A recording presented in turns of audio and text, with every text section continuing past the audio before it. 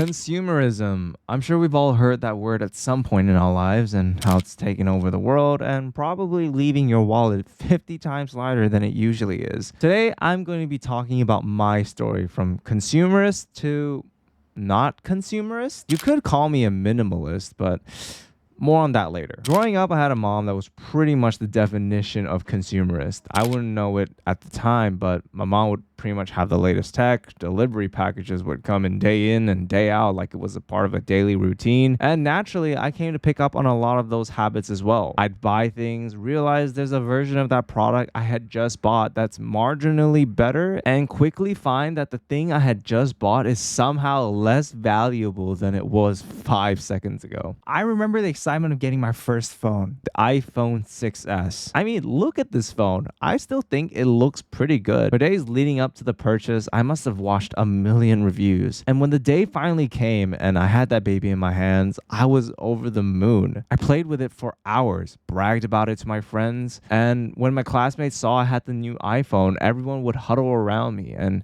asked to use my phone. Somehow this thin slab of metal brought so much to my life. And time after time, I look forward to buying these things, buying better tech, more games in my Steam library that I could ever hope to finish. Seriously, I have like 100 plus games and probably 30% of those games are actually played. It's bad. And as I got older and I wasn't working at Mickey D's making $11 an hour, I started making more of a disposable income. And I was even more excited because I could have bought whatever I wanted at the time, as long as I worked for it, of course. And did I go crazy? So here's a list of stuff that I bought. I bought a motorcycle, bought a total of 5 custom keyboards, keycaps for those keyboards, bought a gaming laptop that cost way too much money, bought a new CPU, bought a 2-week-long trip to Japan, and the list just goes on. At the peak of my spending and consumerist mindset, I spent more money than I could have ever imagined. Money that could have been used better elsewhere, like, I don't know, stocks. So one thing I am happy about is that I never went into any kind of debt, except maybe like my student loans. So that's a good thing. So I was spending within my means. Like, guys, have you seen those people who go on financial guru shows to figure out why they're in debt? And then you find out that they spend $10,000 every month to go to Disneyland? Well, at least I'm not that crazy. At some point after buying all these items, I started to realize, what was the point even? The stuff on my desk would start to pile up and everything just seemed meaningless, but I just couldn't resist. And I'm sure you guys can relate. You finally worked up the courage to throw away the item you haven't been using for months, and as you're about to throw your precious treasure away,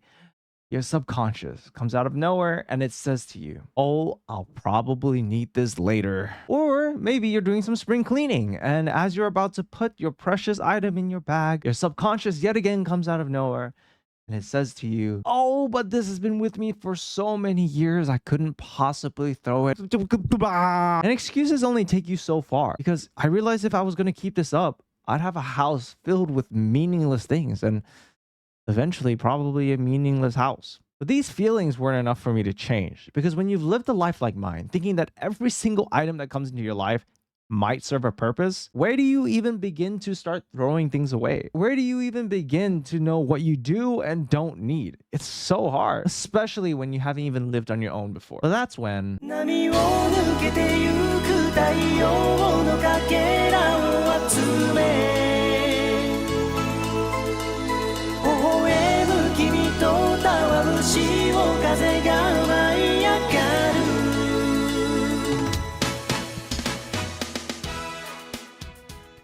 that's right.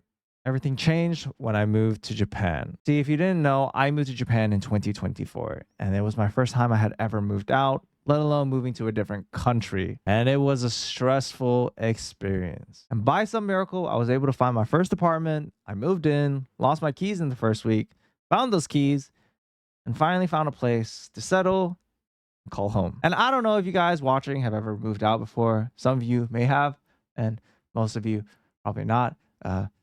Because we're broke. But it was this new experience of moving into a new apartment that literally had 0 items. I kid you not. It had no washing machine, no fridge, nothing. Nada. Nothing. All right. It was this experience that allowed me to actually realize what I did and didn't need. All right. Let's picture this. You've just finished your dinner and you go to the sink and you go to wash your dish. And you realize you don't have soap and you don't have a sponge. And then the next day you go out and buy some soap and a sponge so that you can wash your dishes. So you have dinner again. You bring your dish to the sink. You start washing it with the new soap and sponge that you just bought. And you realize you don't have a dish rack to put the things that you just washed. So the next day you go out and you go and buy. I think you get the point. Basically, I slowly started to realize the point of all these small, meaningless items I had taken for granted previously. And I was able to start seeing what I actually needed versus what was just there for no reason. So after I was able to figure out everything and kind of settle into a lifestyle that didn't require me to go out shopping for the next essential home item I had forgotten to buy, I was able to finally figure out what I did and didn't need in my life. The clothes in my closet that I've had since I was 7 years old, the broken figurines and the items that I've just had, just because it all just started to make sense. Now, I'm not going to tell you that these items shouldn't mean anything to you, because if they do, then great. You know, I'm happy for you. You're awesome. But it was just for me, right? Because I realized that I don't need to keep every single item that I've interacted with in my life and keep it as a form of memorabilia, when in actual fact, it doesn't mean that much to me to begin with. Gone were my impulsive purchases and the clothes that just didn't fit me anymore. And as a result, for every single item that I was able to let go, it was like letting go a little tiny piece of stress that just was sitting on my shoulder. And it just felt so liberating. Like one less thing that I had to think about that was just removed from my life. That was an amazing feeling. But if you beautiful person, have a different view on how you see things in your life, then that's totally fine. And I'm very happy for you. But this is just my journey on how I see things, because I feel like it's very easy to end up living a very hollow and empty life due to consumerism. That's all. That doesn't mean that everybody is like that, but I think it's very easy to end up like that. So yeah, that was my video on consumerism and my journey with it and how I kind of came over it. And even now, I don't think I'd call myself a minimalist. I'm not gonna lie, because at the end of the day, I still like buying stuff. There's nothing wrong with it. At least the way I see it, I don't think there's anything wrong with actually buying stuff. But I think nowadays, if I could put it into words, I'd say I just buy with more intent. When I was able to boil everything down, I just realized I really don't need much in my life to be happy. And I think that's what's most important. And yeah, I hope to make even more videos. As I keep promising myself, I promise I'll keep making videos, guys. Next month there's a video coming out. I don't know what it will be about, but it'll be about something. But yeah, thank you guys for watching. Take care, and I hope you guys have a good one. Peace. Bye.